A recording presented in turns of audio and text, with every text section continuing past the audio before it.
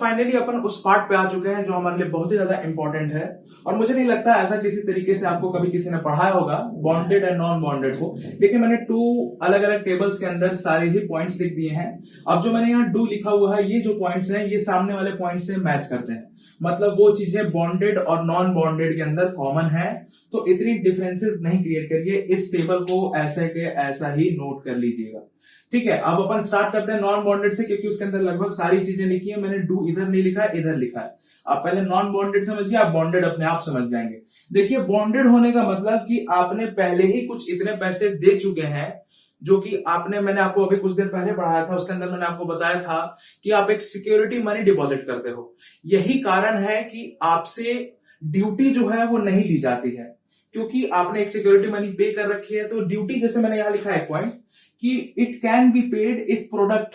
देखिए आप जो रॉ मटेरियल पे ड्यूटी दे रहे हैं, नॉन बॉन्डेड में जो मैंने आपको बताया था कि आप ड्यूटी पे करते हैं, वो आप बेसिकली रॉ मटेरियल पे दे रहे हैं। हमारा रॉ मटेरियल यहाँ क्या है? अल्कोहल है। अपन इथेनॉल की बात कर रहे हैं, या फिर स्पिरिट की बात कर रहे हैं, या फिर इथाइल अल्कोहल की बात कर रहे हैं, सेम चीज है तीनों। तो अपन उसमें क्या करते हैं कि उस पर ड्यूटी पे करते हैं, वो हमारा रॉ मटेरियल है। लेकिन बॉन्डेड के अंदर कुछ चीजों में ड्यूटी पे करनी पड़ती है, कुछ चीजों में नहीं पे करनी पड़ती है। आप इनिशियली लेकिन अल्कोहल के ऊपर ड्यूटी नहीं पे करते हैं, बिल्कुल भी नहीं पे करते हैं। ठीक, तो मैंने यहां लिखा है can be paid if product या फिर प्रिपरेशन जो भी आपने बनाया है is being issued from the bonded laboratory. मतलब एज अ एंड प्रोडक्ट वो हमारे बॉन्डेड लेबोरेटरी जो हमने बनाया है उससे अब बाहर जा रहा है। मतलब it has become a commodity, essential बन चुका है, वो एक पूरी मेडिसिन या फिर टॉयलेट प्रिपरेशन बन चुकी है। तब जाके आप उस पर ड्यूटी पे करते हैं, लेकिन दोनों में डिफरेंस है। ठीक है, समझिए।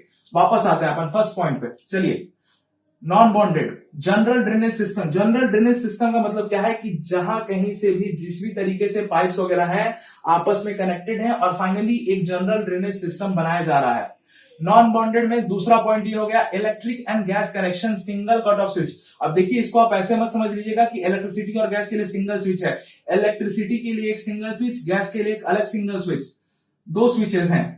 होता है ऐसा, कई बार आप नहीं समझ पाते हैं कुछ चीजों को, या फिर ऐसे इवेलुएट कर लेते हैं कि वो गलत हो जाता है आपके लिए समझना।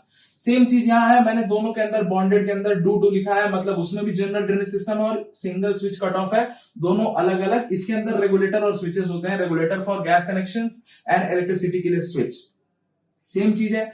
आयरन बार विंडोज के अंदर लगे होने चाहिए, जो कि 19 mm थिक, 102 mm अपार्ट, मतलब जिसको आप ऐसे डिफरेंस में कह सकते हैं, और 51 mm डीप। सॉरी, 51 mm ये है, 102 mm ये है, दोनों में डिफरेंस है। ठीक, सेम चीज यहां पे डू है, मतलब जो चीज नॉन बॉन्डेड में आयरन बार जितने नाप में लगने वाली है उतनी ही यहां पे भी उसी नाप में बॉन्डेड में भी लगने वाली है। अब देखिए डिफरेंस कहां कहां क्रिएट होता है। आप देखिए डिफरेंस की टैली शुरू होने वाली है। Fix time hours and days by commissioner. अब देखिए हमारा एक्साइज कमिश्नर जो है वो एक fix time hours and days. देखिए इसके अंदर जो फिक्स टाइम होता है, मैं यहां लिखूं तो 6 AM से लेके 6 PM के बीच में जो भी होता है नॉन बॉन्डेड के अंदर। ये तो ठीक है, आपने फिक्स टाइम कर दिया, वर्कर आएंगे, मैन्युफैक्चरर आएगा, काम करेगा, जाएगा, जो भी है उसका मतलब है, क्योंकि एक्साइज कमिश्नर ने फिक्स कर दिया वो टाइम। आपको ये भी पता है कि नॉन बॉन्डेड के अंदर कमिश्नर नहीं बैठा होता है, क्योंकि उसके लिए उसका एक पर्टिकुलर रूम नहीं होता है। अब यही आप बात करें, इसी पॉइंट को यदि आप बॉन्डेड में देखें तो only operational under excise officer presence. मतलब ये है कि एक्साइज ऑफिसर यदि नहीं मौजूद होगा तो आप बॉन्डेड के अंदर कुछ भी नहीं कर सकते। लॉक लगा होता है बॉन्डेड मैन्युफैक्चरिंग के अंदर। अब देखिए separate spirit store for rectified spirit होता है, यहां पे भी होता है, सेम है। इसको अपन डू नहीं लिखा है मैंने, क्योंकि यहाँ पे पॉइंट में कवर करने वाला हूं। सेपरेट लैब चाहिए, एक स्पिरिट स्टोर चाहिए, और फिनिश स्टोर फॉर ईच। अब देखिए रेक्टिफाइड स्पिरिट के लिए एक अलग से स्पिरिट स्टोर होता है, उसके अलावा जो स्पिरिट स्टोर होता है, मैंने रेक्टिफाइड स्पिरिट की डिफिनेशन आपको एकदम स्टार्टिंग में समझाई थी क्या होती है। 50% ओवर प्रूफ स्पिरिट को अपन रेक्टिफाइड स्पिरिट कहते हैं। And each having one door, मतलब अपन 1 एंट्रेंस पॉलिसी, और हर एक लैब में जाने के लिए अपन सिंगल डोर को यूज करते हैं। ठीक, इसके बाद आता है हमारा पॉइंट पेमेंट से रिलेटेड। अब payment of duty is field in triplicate. Triplicate का मतलब 3 लोगों को वो कॉपीज जाती है, एक तो ऑफिसर इंचार्ज, एक लाइसेंसी अपने पास रखता है, तीसरा वेयर हाउस कीपर के पास जाता है, जहां से आप स्पिरिट इशू करवाते हैं। अगला point stock register must be maintained. Stock register जो भी होता है उसको मेंटेन करवाना होता है। खैर इसमें ज्यादा कुछ समझाने के लिए है नहीं। Excise officer can take up to 10% of preparation for analysis. ये पॉइंट इंपॉर्टेंट है, 10 to 15% होता है, 10 to 15%, अप टू 15%, 15% से ज्यादा नहीं, और मिनिमम 10% एक्साइज ऑफिसर अपने साथ प्रिपरेशन लेके जा सकता है। और यदि रिपोर्ट उसके जो भी टेस्ट वगैरह है उसकी रिपोर्ट आती है और कहते हैं उसमें कि वो 3%, 3 ओवर प्रूफ या 3 अंडर प्रूफ है फ्रॉम द क्लेम्ड वैल्यू, मतलब जितना मैन्युफैक्चरर ने बताया था, तो मैन्युफैक्चरर पेनाल्टी देते हैं अप टू 10 टाइम्स और मैक्सिमम 2000 रुपीज तक का। भले ही वो 10 टाइम्स 2000 से एक्सीड कर रहा हो, लेकिन अब 2000 ही देंगे, पर बैच देते हैं। यदि ऐसे कई सारे बैचेस हैं जिनके साथ ओवर प्रूफ और अंडर प्रूफ वाली दिक्कत हो गई है, तो वो हर बैच के ऊपर 2000 रुपीज का फाइन देते हैं, मैक्सिमम टू 2000, वरना तो 10 टाइम्स है। अब देखिए, इंस्पेक्शन जो है ये वंस एवरी मंथ हो जानी चाहिए। नॉन बॉन्डेड के अंदर, बॉन्डेड के अंदर भी सेम ही है, इंस्पेक्शन हो जानी चाहिए वंस एवरी मंथ। अब देखिए, वहां पे तो एक्साइज कमिश्नर खुद होता है, तो वहां पे इंस्पेक्शन की इतनी कोई जरूरत खास है नहीं, तो अपन इंस्पेक्शन को इसमें इस पॉइंट में लिखते हैं नॉन बॉन्डेड के अंदर। और उसके बाद अकाउंट जो है verified on 5th of every month, मतलब जो भी अकाउंट्स हैं जो कि अप टू डेट रखने हैं, क्योंकि यहाँ पे आप ड्यूटी वगैरह पे कर रहे हैं, तो आप बेसिकली वो जो अकाउंट है वो आप 5th ऑफ एवरी मंथ को उनको लाके दिखा देते हैं, जो एक्साइज ऑफिसर है या फिर ऑफिसर इंचार्ज है। चलिए, तो अब अपन वापस बॉन्डेड पे आ जाते हैं। तो अपन ने यहाँ तक पढ़ा था only operational under excise officer presence. अब देखिए, वहां पे मैंने आपको पढ़ाया था कि स्पिरिट स्टोर, एक लैब और एक फिनिश स्टोर होना चाहिए। यहाँ पे डिफरेंट है, एक प्लेन स्पिरिट स्टोर चाहिए, एक separate finish store for medicinal and toilet preparation, मतलब मेडिसिनल प्रिपरेशन के लिए अलग फिनिश स्टोर, टॉयलेट प्रिपरेशन के लिए अलग फिनिश स्टोर। मैन्युफैक्चरिंग के लिए रूम होना चाहिए, वहां पे नहीं था मैन्युफैक्चरिंग के लिए, अपन रॉ मटेरियल वाले रूम में ही मैन्युफैक्चरिंग करते हैं। यस, यहाँ पे एक पॉइंट मिस किया मैंने, रॉ मटेरियल का भी एक रूम होगा, मतलब स्पिरिट स्टोर के अलावा भी रॉ मटेरियल का एक रूम होगा। अपन इस स्टोर जो यहाँ पे मैन्युफैक्चरिंग के लिए रूम था, वो भी मेडिसिनल एंड टॉयलेट प्रिपरेशन के लिए अलग अलग है। One room for officer in charge, अपना ये पॉइंट बन जाता है। अब देखिए, वहां पे जो हमारे पास थे एक्साइज कमिश्नर वगैरह, उनका वहां होना जरूरी नहीं था, लेकिन अपन को पता है यहाँ पे कि सारे ऑपरेशन जो है एक्साइज कमिश्नर के अंडर होंगे, एक्साइज ऑफिसर के अंडर होंगे। तो वो क्या करेंगे कि ऑफिसर इंचार्ज को रहने के लिए उतना देर, जितना देर मैन्युफैक्चरिंग वगैरह हो रहा है, तब तक के लिए एक रूम देते हैं।